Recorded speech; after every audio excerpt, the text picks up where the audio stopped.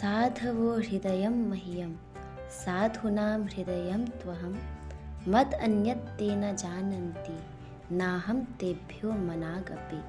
अर्थात साधुगण मेरा हृदय है, मैं साधुगणों का हृदय हूँ। साधुगण मेरे सिवा और कुछ नहीं जानते, मैं भी उनके सिवा और कुछ नहीं जानता। भक्ति वशः पुरुषो भक्तिरेव भूयसी। अर्थात भक्ति के वश में भगवान है और भक्ति ही सर्वश्रेष्ठ है। यह प्रमाणित करने के लिए समय समय पर महान आत्माओं का अवतार होता है। यहाँ तक कि स्वयं परब्रह्म भक्त का रस का आस्वादन करने के लिए, भक्त की महिमा को बढ़ाने के लिए स्वयं प्रकट होते हैं। नमस्ते मित्रों, आप सबका हार्दिक स्वागत है भक्ति संस्कृतम यूट्यूब चैनल पर। मित्रों, आज हम बात करेंगे ऐसे महान पुरुष की, महान आत्मा की, जिनको साक्षात भगवान की उपाधि दी गई। ऐसा माना जाता है कि यह राधा भाव लेकर अंतरंग श्री कृष्ण और बाह्य स्वरूप श्री राधा जी का अवतार लेकर प्रकट हुए थे।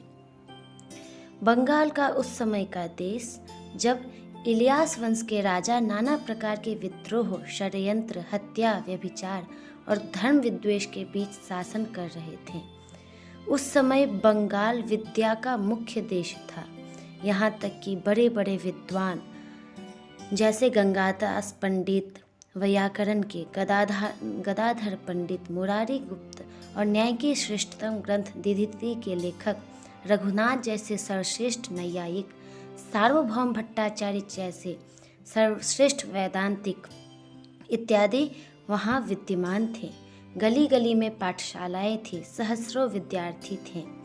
यहाँ तक कि स्त्रियाँ भी घाटों पर शास्त्र चर्चा किया करती थी।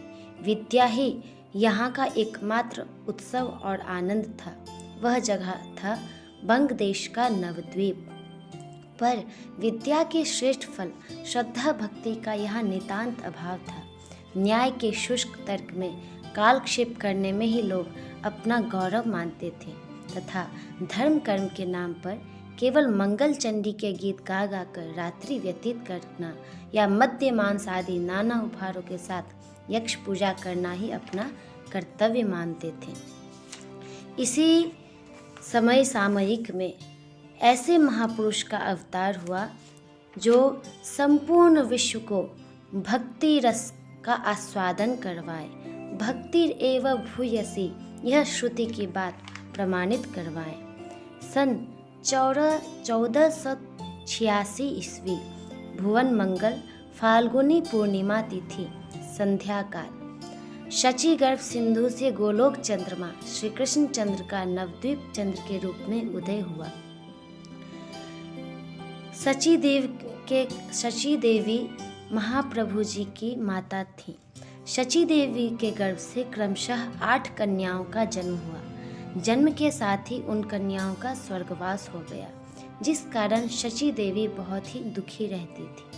उसके पश्चात श्री विश्वरूप जी का जन्म हुआ।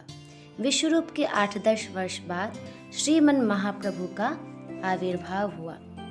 ऐसा माना जाता है जब महाप्रभु शची देवी के गर्भ में थे, उस समय उन्हें विचित्र अनुभव होते थे।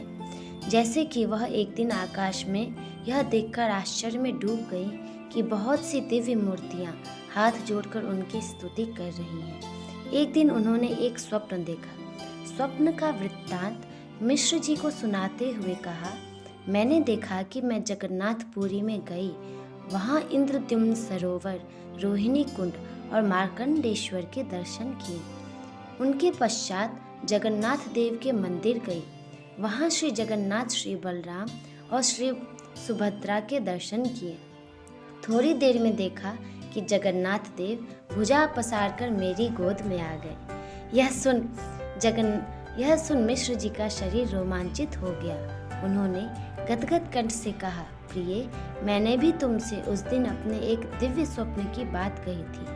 जब मैंने देखा था कि एक दिव्य तेज ने मेरे हृदय में प्रवेश किया। फिर वह मेरे हृदय से तुम्हारे हृदय में चला गया। मुझे अब इसमें तनिक भी संदेह नहीं कि जगन्नाथ देव हमारे घर पधार रहे हैं। इतना कह वे आनंद मूर्छा में डूब गए। इस प्रकार चैतन्य महाप्रभु का जन्म फाल्गुनी पूर्णिमा तिथि संध्या काल में हुआ।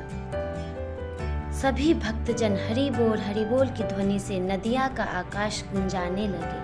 हरि कीर्तन की सुधा संजीवनी से स्थावर जंगम में नव जीवन का संचार हुआ। अचैतन्य विश्व में चैतन्य का स्फुरन हुआ।